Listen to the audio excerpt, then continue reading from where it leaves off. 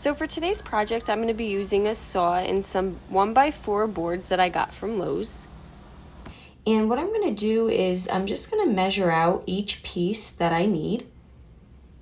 And using a straight edge, I'm just going to make a straight line. And now I have my saw set to a 30-degree angle cut. And I want to cut each end of the piece of wood at the 30 degrees. Now I'm not going to sit here and show you how I cut each piece of wood, but I basically just got my measurements and made sure I cut the wood on a 30-degree angle.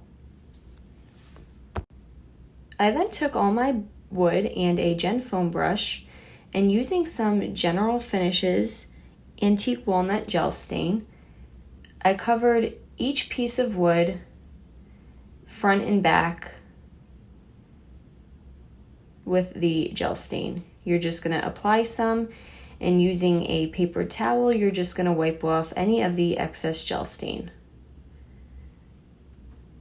Now I started with my first piece of wood at 29.5 inches long, and my second piece was 17 inches, and taking some wood glue, I connected both pieces on the left-hand side here, and then I took my clamp and just clamped it together.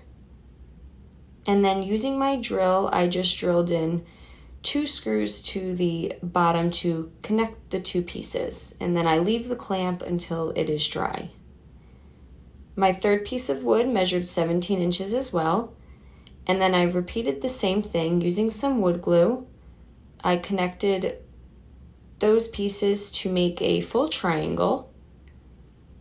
And I just used the clamp. This just gives a nice tight seal between the 2 pieces of wood, and then using my drill, I'm just going to drill in 2 screws.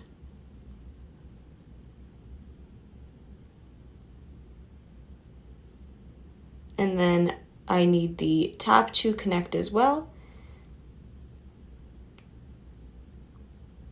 My fourth piece of wood measured 17 inches, and I connected that piece to the bottom board as well.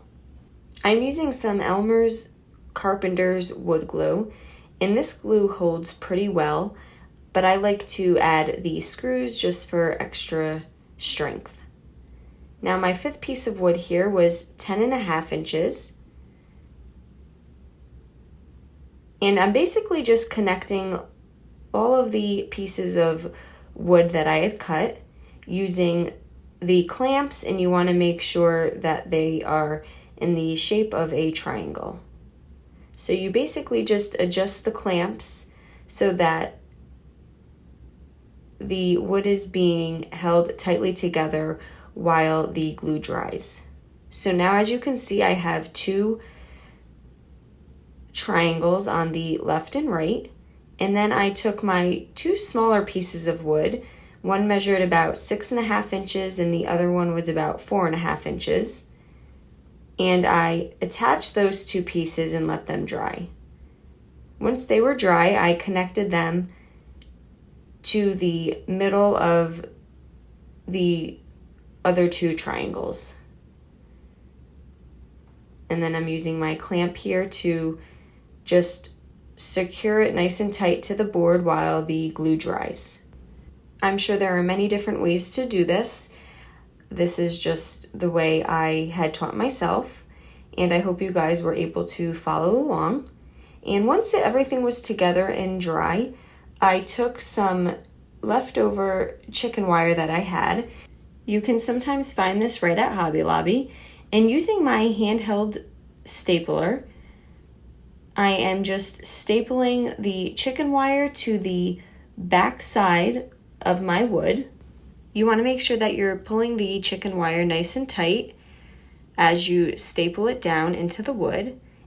And then I'm just taking some metal shears and just cutting any extra chicken wire that is hanging over the edges here.